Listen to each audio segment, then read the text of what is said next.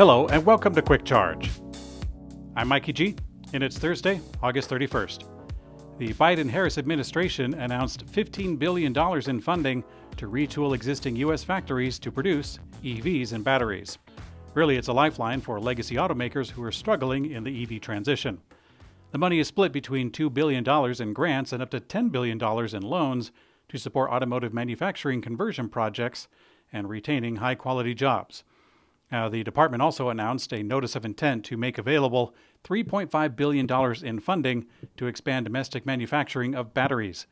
Now, while this is clearly aimed at existing automakers that are changing over, it could technically help EV startups that have taken over facilities that used to make gas cars. I'm thinking of Rivian in particular. It does seem like the Biden administration is actually trying to favor legacy automakers, as it specifically mentions projects employing union workers as being favored in the grant program. Tesla is now under federal investigation for potentially using company resources to build a mansion for Elon Musk.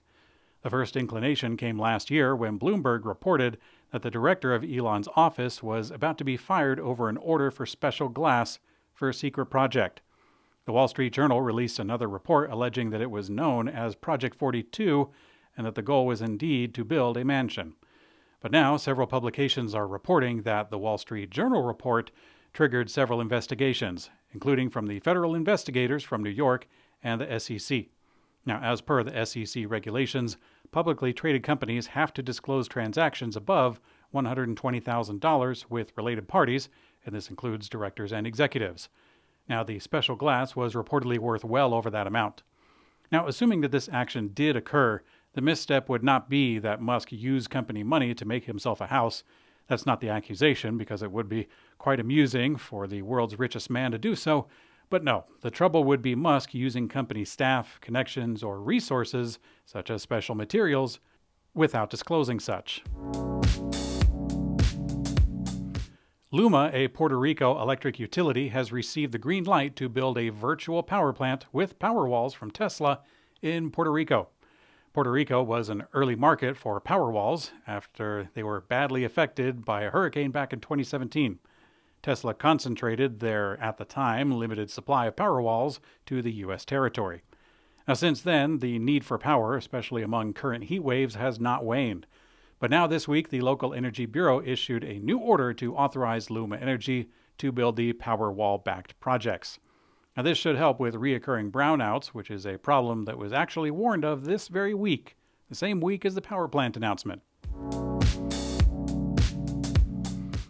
Electrek has received new pictures from an anonymous source alleging that they are the new, updated Tesla Model 3 Project Highland. Now, the images are not photographs of an actual car, but instead photographs of a computer screen with a admittedly highly polished and realistic-looking render. A file name lists one of the images as, quote, updated Model 3. Now, since the updated vehicle launch is believed to be around the corner, it could make sense that Tesla is loosening internal restrictions on who sees the materials. As a matter of fact, rumors coming out of China are suggesting that Tesla will launch the product in Shanghai tomorrow. But let's talk about the content of the images. The front end is the most updated part of the vehicle, and it matched a previously leaked prototype earlier this year. The images show the fascia now has a larger lip and flatter front section. Both the headlights and taillights have been significantly updated with a sharper and more elongated look.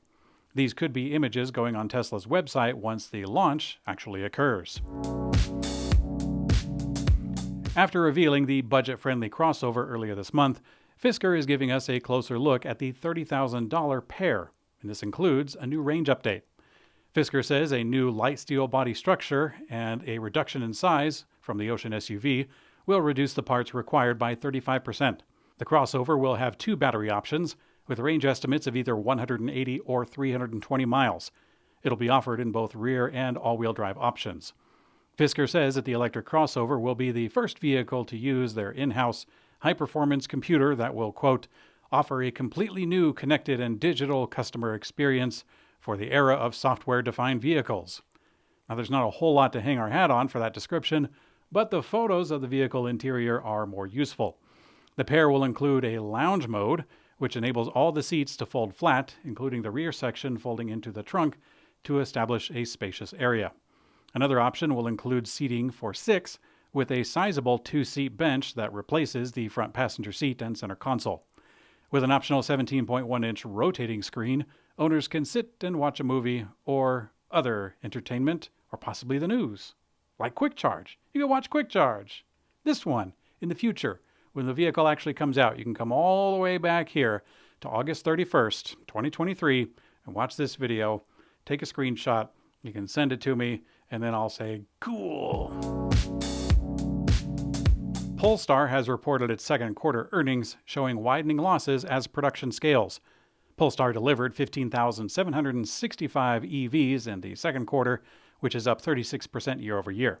This puts their half-year total at 27,841.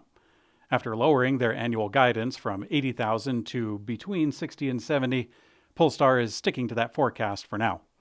The EV maker posted revenue of $685 million, up from $589 million last year. Through the first 6 months of the year, revenue reached $1.2 billion, which is driven mainly by the Polestar 2 sales.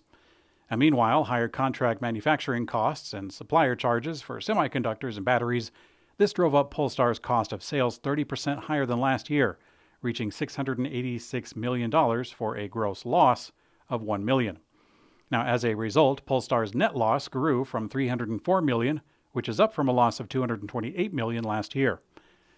The EV maker ended the quarter with $1.06 billion in cash and equivalents, up from $974 million last year and $884 million in the first quarter.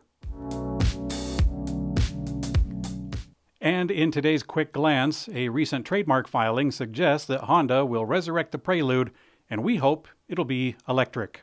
Motor Trend found the name Prelude filed under land vehicles, namely automobiles and automobile structural parts, and the aerodynamic two-door vehicle would be perfect for an EV, and the name fits their other EV, the Honda Prologue. It's still a dream, but we keep on dreaming. And speaking of a dream come true, Electrek was invited to try out an electric garbage truck, and we did so on a racetrack. You can check out the full details on our site, but let it be known that electric vehicles are taking over every transportation segment eventually, and right now we're working on transporting refuse. In today's community comment found on YouTube, in reference to Elon mode from yesterday's stories, Carl in San Diego says, "Why say it only is accessible by executives at Tesla? You have no idea if low-paid test drivers are using that mode or if anyone is even using that mode." Well, actually, Carl, it was said in yesterday's story that we know of at least 2 people that are using it, the hacker and the content creator. But it was actually Tesla itself who characterized the mode as being made for executive testing. The mode was actually first shown by a hacker named Green, who said that the name in the software suggested that it was meant for, quote, executive testing. Now, it quickly became called Elon mode, but that was just a fanciful name that was tossed around in the media. But I mean, you are right. It very well could be used by low-level workers in the company. But if Tesla suggests that it's for executives, I'll just go with that. Thanks for watching Quick Charge.